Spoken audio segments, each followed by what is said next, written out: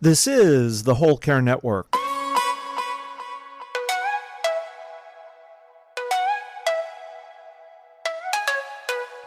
Helping you tell your story one podcast at a time. Content presented in the following podcast is for information purposes only. Views and opinions expressed in this podcast are solely those of the host and guest and may not represent the views and opinions of the Whole Care Network. Always consult with your physician for any medical advice, and always consult with your attorney for any legal advice. And thank you for listening to the Whole Care Network.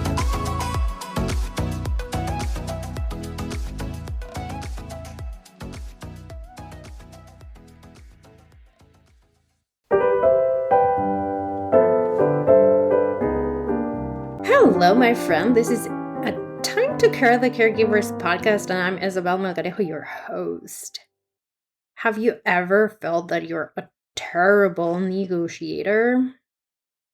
Well, that was me, and that's probably still me. So let's see how we can change that. So let's get started. I was always considered to be a terrible negotiator. When I finished my undergrad, a professor called me to work with him, and so I did. I started on a program in which you would work 2 skills throughout your life to become a great leader. So you would start right off from college and you would build those skills over time so you would become a great leader. He gave me, I don't even remember how many skills were, but there were many skills out there. And I chose negotiation as one of them because that's how I felt that I was a terrible negotiator, even though I've always been a fantastic negotiator. I just don't negotiate as much as I should. Okay, let's dig into this. We have been socialized to negotiate some things and some others we don't. At home, I was raised to basically negotiate absolutely everything. I was born after 11 years. Many siblings recurred to punches and biting and that sort of behavior to get what they want. That was definitely not an option for me. I was very disadvantaged in that regard. So I had to go through other means. If I wanted something, I had to negotiate my way through things. So that's the way I grew up. If I wanted a piece of pastry and we were competing, usually siblings, like they just punch each other and they get whatever piece of pastry they want.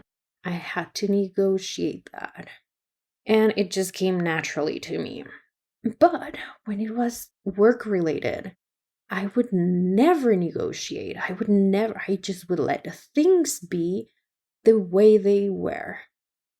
And then I felt into sales. And that was exactly the same. How am I going to convince somebody to purchase something? It just doesn't work that way, right? And I would feel I was terrible at it. And it wouldn't go that way.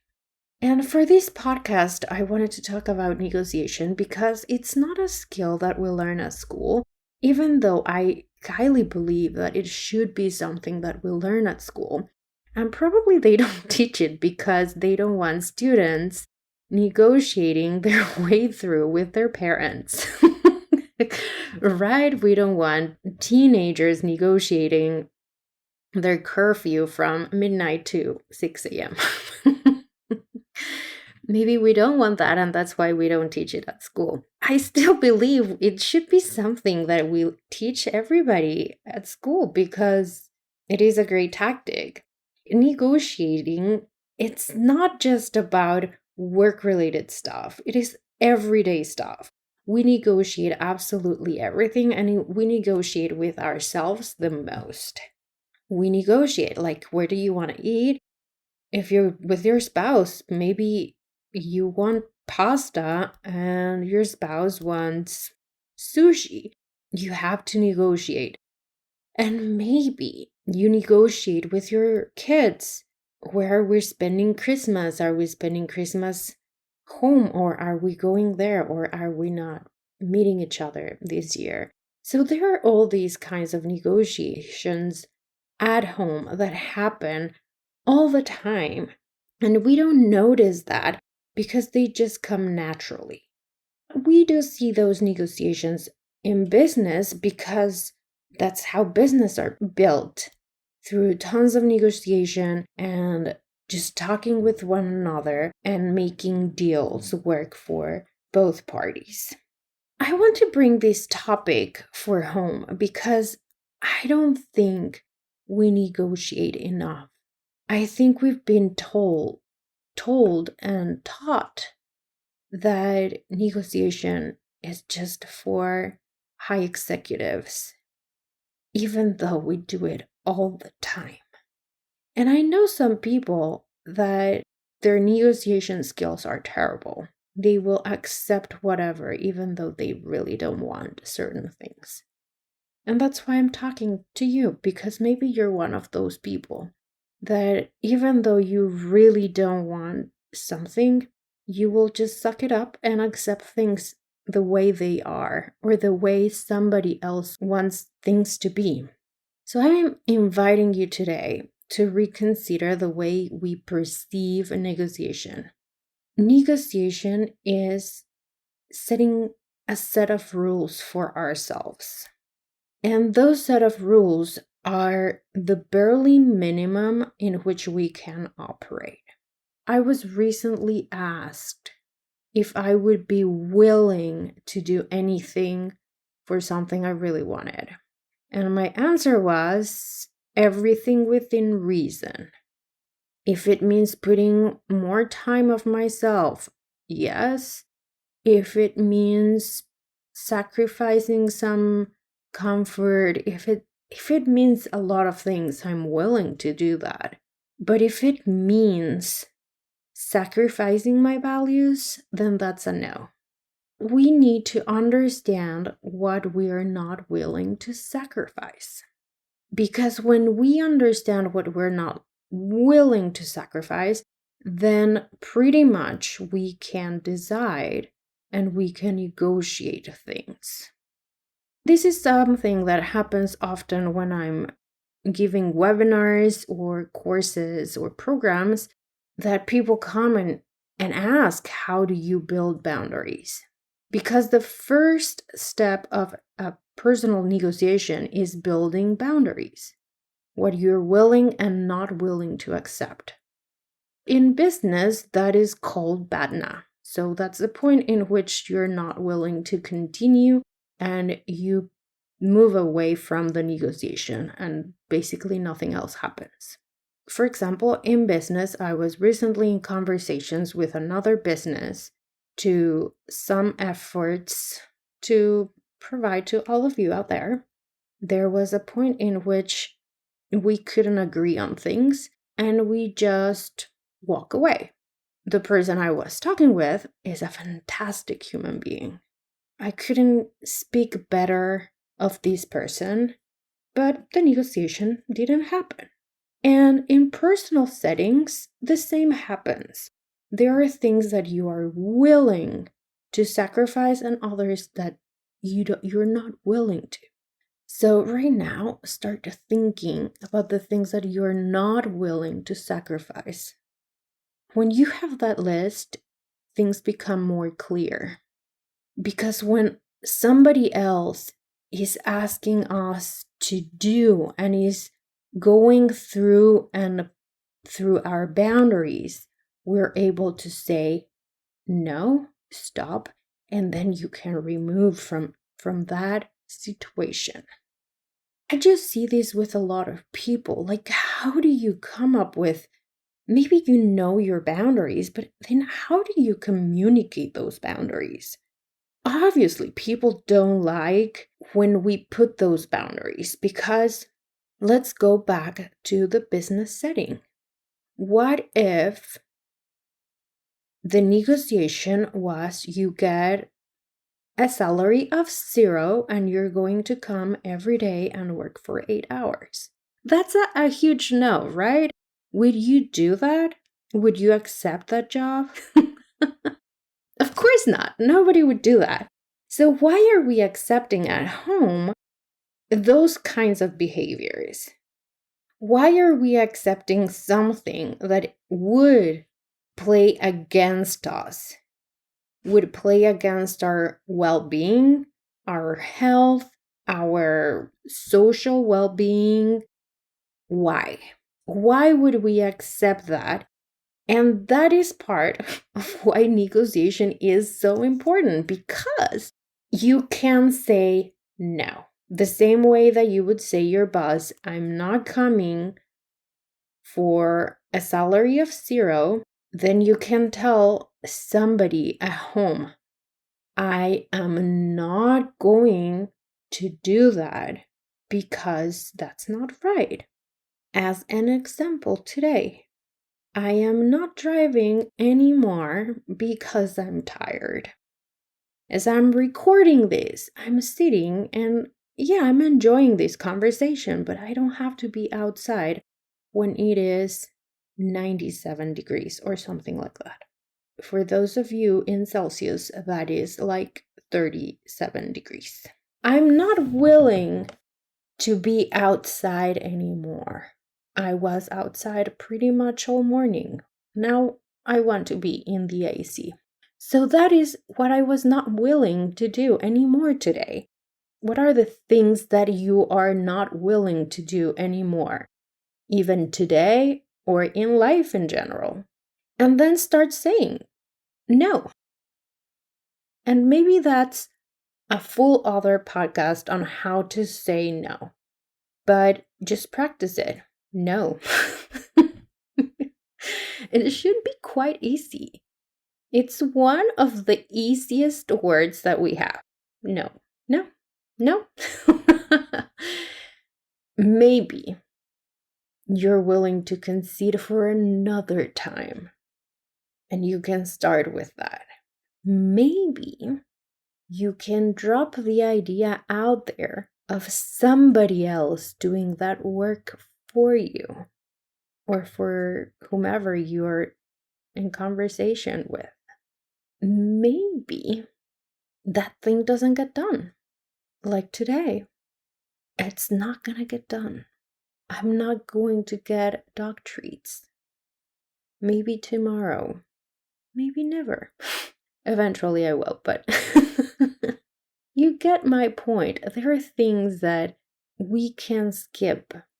Maybe dinner is not gonna get done, but we're gonna get takeout. Maybe we're not having dinner because I'm not doing dinner and there's tons of cereal in the pantry. And when we start understanding what we're willing to do and what we're not willing to do, that's when the magic happens. And the third part is inviting others into the conversation. And this is probably the hardest part of all. How do we make others do what we want them to do? I think this is why there are gazillions of negotiation books out there. Because if that was the case, I'm pretty sure all business owners would be the happiest knowing that they could hire people for 0 and have them work 8 hours a day. Wouldn't that be the case? Wouldn't that be what people would love? Knowing that they have all these employees working for free? That would bring them so many additional revenue. But it doesn't happen that way, right? How do we make others do the things that we want to do? And that's probably a little bit of a compromise. Inviting others into the conversation. And we've been doing this for so many generations. We have been convincing people of do so many things in life. We have convinced, just look at sports. We have convinced all the world to follow certain rules. So people all around the world can practice a sport, play that sport, and then meet somewhere with the same rules and fair game for everybody. We have been doing this for so many years, but it takes time, it takes practice, and it takes a lot of patience. Because while you are inviting others into the conversation of what you want them to do, you have to convince them that this is for the greater good. This is not about you or about them. This is about the greater good. And that's usually how negotiations happen. When we are willing to invite other people to follow our cause, that cause it's not about you. It is about the greater good. It is about the health of your loved one. It is about making it better for everybody in your family. It is about you getting some time so you can keep doing that work. It is about making this a more fair project. But you won't be able to invite anybody into the conversation if you don't build boundaries first. If you're not certain about the things that you're willing or not willing to accept, you're not going to be able to invite anybody into the greater good. Because nobody likes people that are not decisive. We like leaders that know where to go. The reason I was able to invite my brothers into the caregiving conversation was not because of me. They didn't care about me being overwhelmed or tired or worried. But when the conversation turned into our mom's health, into her well-being, and us being a family that support each other, and that we all believe that. We all believe that we're there for each other to support each other. When we believe that, and when I know that is true for all of us, then I can have a negotiation and invite them into the conversation. Because I didn't have to fight them for that pastry. I always knew I was going to lose that fight. They were stronger, bigger, everything. But when I know that it is about the greater good, when I know my individual power within that family as a point of union, because that's what caregivers are. We are the point of union for the family. We are the ones that put that family together. So when we invite others into the conversation, it is about the greater good. It's about creating family. It's about our values, our individual values, and the values that we have as a family. And that's when you start negotiations. When you think about the greater good and how we can collaborate together to achieve that good. And how we put together one thing and another, and one step after another. Sports were built throughout many, many years. And we can even see sports in cultures that no longer exist, like the Mexica. They had sports. They played sports. Once they were not able to bring others into the conversation of making these sports about the greater good, then those sports were lost. So how are you inviting others into the conversation? And how are you, most importantly, building your boundaries? If you don't know how to build those boundaries, please get a slot with me. It took me a very long time to understand how to build them. But once I did, everything was so easy. And I want exactly the same for you. So get that time with me and let's get that conversation going. If you haven't done so before, I invite you to review this podcast.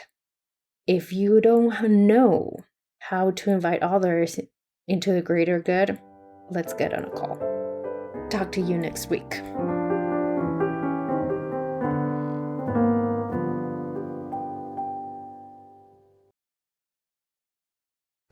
This is the Whole Care Network.